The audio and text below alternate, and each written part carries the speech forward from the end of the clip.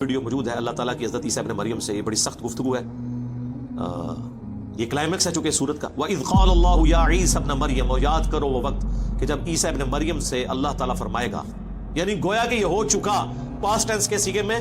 جس طرح past definite ہے اسی طرح سمجھ لو یہ مستقبل ڈیفینٹ ہے, ہو چکا. أَأَنْتَ قُلْتَ لِلنَّاسِ اتَّخِذُونِي وَأُمِّيَ إِلَٰهَيْنِ مِن دُونِ اللَّهِ. کیا تو نے لوگوں سے کہا تھا کہ تجھے اور تیری ماں کو اللہ کے سوا معبود بنا لیا جائے؟ اس میں پتہ چل گیا من دون اللہ کون ہو گیا, عیسیٰ ابن مریم بھی اور ان کی والدہ بھی, اولو العزم پیغمبر بھی 5 میں سے, اور اولیاء کی سردار بھی یعنی ان کی والدہ. جی من دون اللہ بت ہوتے ہیں, بت بھی ہوتے ہیں, فرشتے بھی ہوتے ہیں, جن بھی ہوتے ہیں, پیغمبر بھی ہوتے ہیں جب لوگ انہیں اللہ کے مقابلے پہ کھڑا کر لیں. ورنہ پیغمبر جو ہے وہ حزب اللہ ہے, لیکن جب اللہ کے مقابلے پہ آئیں گے تو توحید تو ننگی تلوار ہے. قال سبحانک, انہوں نے کہا اللہ تو پاک ہے. کیا لطیف اشارہ ہے. اب یہ ہم ترجمہ نہیں کر سکتے یہاں پہ, اس کے اندر کیا قیامت مضمر ہے کہ اے اللہ غلطیوں سے تو صرف تو پاک ہے. یعنی لغزش کا احتمال تو موجود ہو سکتا ہے کسی انسان کے اندر, پاک تو صرف تو. ما یکون لی ان اقول ما لیس لی بحق. مجھے کب شایع تھا اس بات کا, میں کیسے اہل ہو سکتا ہوں کہ میں ایسی بات ان سے کروں جس کا مجھے کوئی حق حاصل نہیں. سورہ آل عمران میں نہیں آیا کبھی ایسا نہیں ہوا کہ ہم کسی پیغمبر کو کتاب اور حکمت دے کے بھیجیں اور وہ لوگوں سے یہ کہنا شروع کر دے کہ لوگوں میرے بندے بن جاؤ, بلکہ وہ تو یہی کہے گا کونو ربانیین, اللہ والے بن جاؤ, ربانی بن جاؤ. اللہ فرماتا ہے پیغمبر کی بھی جرت نہیں تو کہیں گے اللہ تو پاک ہے, مجھے کب شایع تھا کہ میں وہ بات کروں جس کا میں اہل ہی نہیں ہوں. ان کنت قلتہ فقد علمتہ, اگر میں نے کوئی ایسی بات کی ہے تو تیرے علم میں تو ہوگی. اچھا اب یہ نہ سمجھے کہ حضرت عیسیٰ ابن مریم کو چرب زبانی اللہ سے کر رہے ہیں, یہ اللہ تمہیں سارا کچھ پتہ ہے نا, میرے کو پوچھ رہے ہیں. نہیں, یہ ڈرے ہوئے ہیں کہ اے اللہ کہیں بالفرض کبھی اگر کوئی ایسی بات ہو بھی گئی ہوئی تو تیرے علم میں ضرور ہوگی. یعنی وہ اپنا کانفیڈنس لوز کیا ہے کہ میں نے تو کوئی بات ایسی نہیں کی, لیکن پھر بھی میں کلین چٹ اپنے آپ کو نہیں دیتا, کیونکہ سٹارٹ انہوں نے کس سے کیا, سبحانک, پاک تو صرف تو ہے.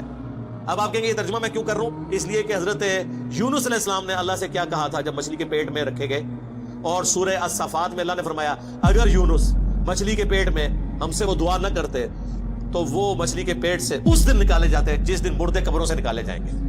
یعنی ہم ان کی وہ لغزش کی معافی نہ کرتے. کیا دعا کی تھی, لا الہ الا انت سبحانک, اے اللہ تیرے سوا کوئی معبود نہیں, پاک صرف تو ہی پاک ہے. انی کنت من الظالمین,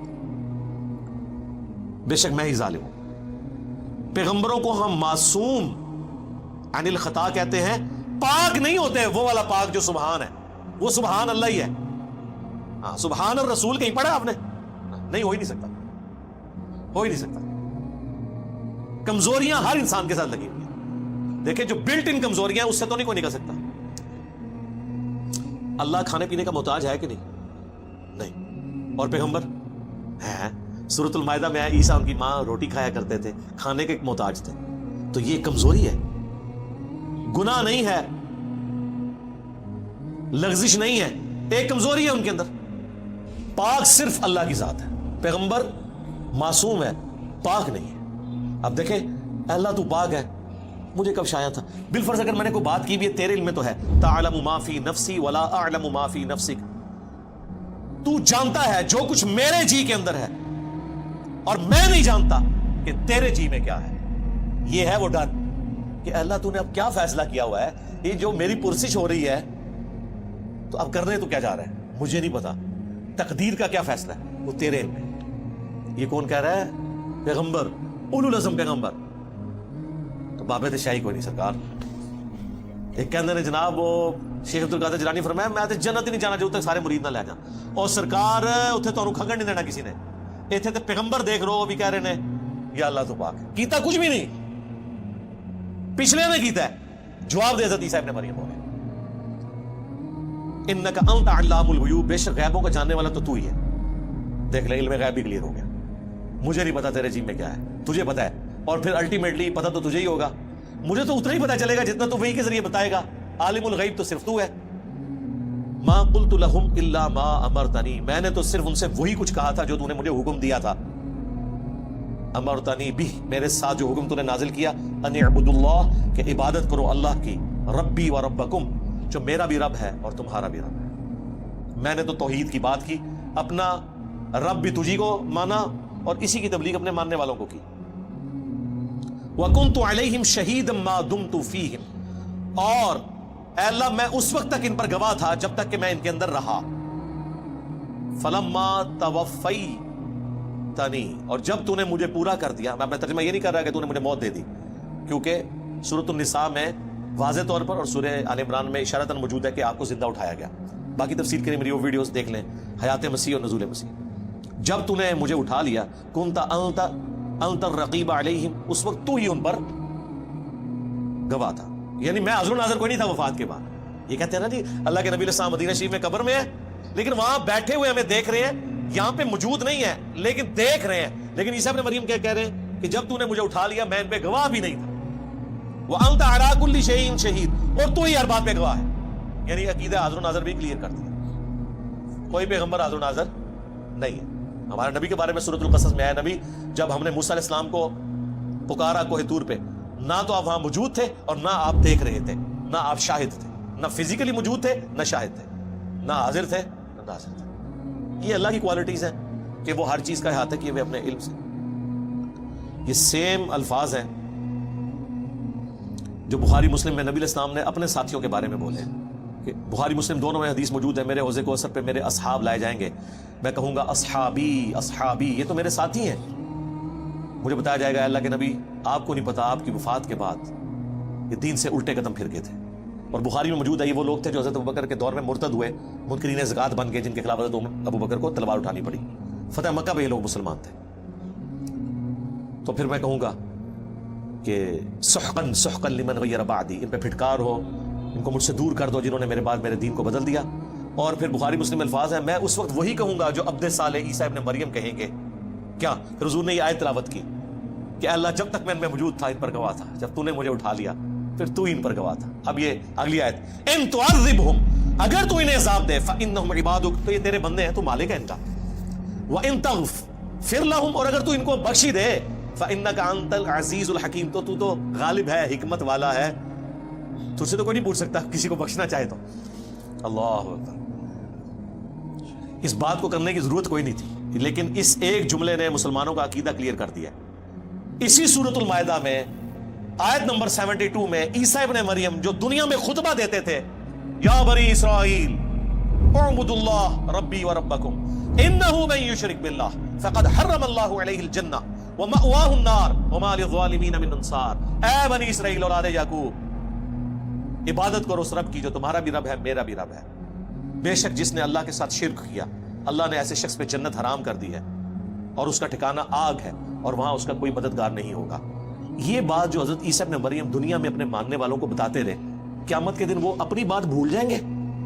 اس جملے سے تو یہی لگ رہا ہے کہ اے اللہ اب یہ تیرے بندے ہیں, چاہے انہیں عذاب دے چاہے انہیں تو بخش دے. جبکہ دنیا میں تو عیسیٰ ابن مریم یہ کہہ کے گئے تھے جو مشرک ہے اس کا ٹھکانہ جہنم ہے, اس پہ جنت حرام ہے, یعنی بخشش کوئی نہیں اور کوئی مددگار بھی نہیں. اور یہاں عیسیٰ ابن مریم تو مدد ہی کر رہے ہیں, گویا کہ سفارش کر رہے ہیں کہ یا اللہ تیرے بندے ہیں, چاہے بخش دے چاہے عذاب دے.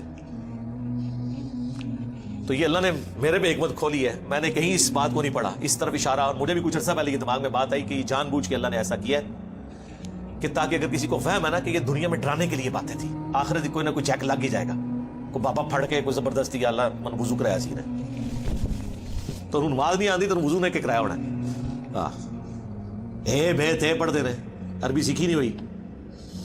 تو اللہ نے یہاں کلیئر کر دیا کہ اولو العزم پیغمبر جو 5 ہیں سورۃ الاحزاب اور سورہ شورى میں, محمد رسول اللہ, ابراہیم خلیل اللہ, موسیٰ کلیم اللہ, عیسیٰ روح اللہ اور نوح علیہ السلام علیہ السلام اجمعین.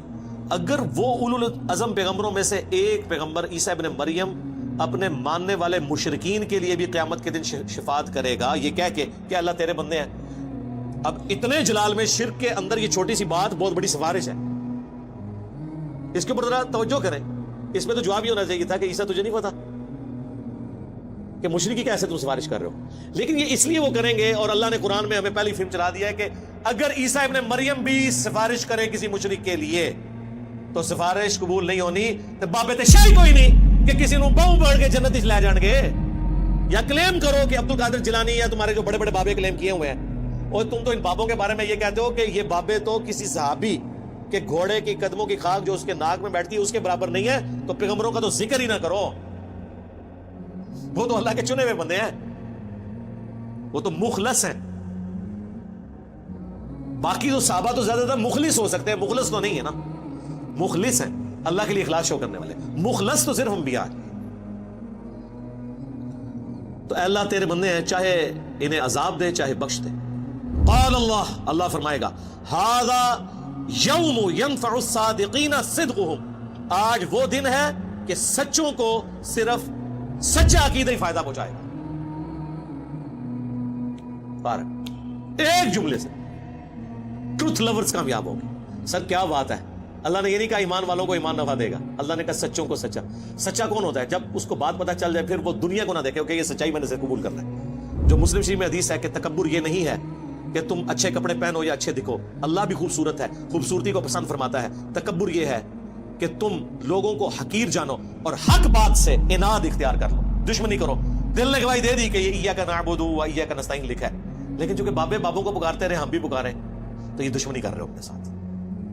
دل نے بتا دیا, آنکھوں سے پڑھ لیا بخاری مسلم میں نماز کا طریقہ, لیکن رفع الیدین نے شروع کیا کہ معاشرہ کیا کہے گا. ہاں 11ویں کھاتے رہے عبد القادر جیلانی کے نام کی, لیکن عبد القادر جیلانی نے جو نماز کا طریقہ اپنی اس کتاب میں لکھا جس کو خود چھاپ رہے تھے, رکوع میں جاتے وقت اور رکوع سے اٹھتے وقت رفع الیدین, اس پہ عمل نہیں کیا. میں نے تو آج تک کسی 11ویں میں نہیں دیکھا کہ شیخ عبد القادر جیلانی کی کتاب سے نماز کا طریقہ پڑھ کے بتاتے ہیں. وہ کہتے نہیں وہ تو اور فقہ کے تھے, ہم اور فقہ کے تھے. اس کا مطلب ہے کہ آپ کا پیران پیر اس فقہ پہ عمل کرتا تھا جو نبی علیہ السلام نے طریقہ چھوڑ دیا ہوا تھا. تو جس پیر کے علم الغیب کا, آپ تو کہتے ہیں آپ کا پیر آپ کے ساتھ ہوتا ہے, جس کے علم کا یہ لیول ہے کہ اس نے پوری زندگی نماز ہی وہ پڑھی ہے جو حضور نے ختم کروا دی تھی, جدی نماز ہی غلط سی, انہیں تو کے دینا ہے. لیکن ایسا نہیں ہے نماز تھوڑی غلط ہے. شیخ عبد القادر جیلانی تو اس کتاب میں بخاری مسلم کے حوالے لکھتے ہیں, ہر بات میں لکھتے ہیں, بخاری میں ہے, مسلم میں ہے, ابو داؤد میں ہے, ترمذی میں ہے. حقیقت بات ہے اگر کوئی بزرگ ہے نا واقعی تو وہ یہ لوگ ہیں جو امت کا ایسا کام کر کے گئے کہ چاہے کوئی صوفی ہے چاہے کوئی عالم ہے. اب امام غزالی دیکھ لیں, وہ عبد القادر جیلانی سے بھی آلموسٹ سمجھ لیں 100 سال پہلے کے ہیں, وہ بھی اپنی کتابوں میں بخاری مسلم کے حوالے لکھتے ہیں. یعنی رسول اللہ تک پہنچنے کا اگر کوئی وسیلہ ہے نا اس امت میں بک اشوام میں, تو یہ حدیث کی کتابیں اور سب سے بڑھ کر قرآن ہے. اور ظاہر ہے کہ حدیث کی کتابیں صحابہ تابعین کے ذریعے ہم تک پہنچا. تو بزرگ تو یہ لوگ ہیں. قال اللہ, اللہ فرمائے گا, ھذا یوم ینفع الصادقین صدقہم, آج وہ دن ہے کہ جس دن سچوں کو سچائی ہی نفع دے گی. لہم جنات تجری من تحتها الانہار, ان کے لیے باغات ہیں جس کے نیچے نہریں بہتی ہوں گی. خالدین فیہا ابدا, اس میں رہیں گے ہمیشہ ہمیش. رضی اللہ عنہم ورضوا عنہ, اللہ ان سے راضی اور وہ اللہ سے راضی. اللہم اجعلنا منہم مع النبیین والصدیقین والشہداء والصالحین. اللہم انا نسألک جنت الفردوس مع النبیین والصدیقین والشہداء والصالحین. آمین. دیکھ لیں رضی اللہ عنہم ورضوا عنہ سارے وہ لوگ ہیں جنہوں نے دنیا میں اللہ کو راضی کر لیا, اس کے پیغمبروں کی پیروی اختیار کر لی. ذالک الفوز العظیم, یہ ہے بڑی کامیابی. یعنی دنیا میں تو لوگ کامیابی سمجھتے ہیں کہ بہت زیادہ دولت کما لی, بہت بڑا سٹیٹس حاصل کر لیا, بہت زیادہ فالوور ہو گئے کسی کے, بہت زیادہ مریدین ہو گئے, چاہنے والے ہو گئے. دنیا میں ایک شخص فٹ پاتھ پہ لاوارث مر جائے, اس کی لاش کا دفنانے والا بھی کوئی نہ ہو, لیکن اس نے زندگی اللہ کے لیے گزاری ہے, اسے کوئی فرق نہیں پڑتا, وہ اللہ کی جنتوں میں پہنچ چکا. رومن امپائر کی بیٹل فیلڈز کے اندر جو صحابہ تیل کے کڑاہوں میں روسٹ کیے گئے, وہ روسٹ ہوتے ہی جنت میں پہنچ گئے. صحیح بخاری میں موجود ہے نا, جعفر طیار جو حضرت علی کے بھائی تھے, غزوہ موتا میں ان کے 2 بازو کٹ گئے تھے. حضور نے فرمایا اللہ نے اسے جنت میں 2 پر دیے, اسی لیے ان کو تیار کہا جاتا ہے. تیارہ اردو میں بھی لفظ استعمال ہوتا ہے نا عربی کا, اڑنے والا, اور وہ جنت میں اڑ رہے ہیں. ادھر بازو کٹے ہوئے ہیں اور ادھر جنت میں. سبحان اللہ. ذالک الفوز العظیم, یہ ہے بڑی کامیابی.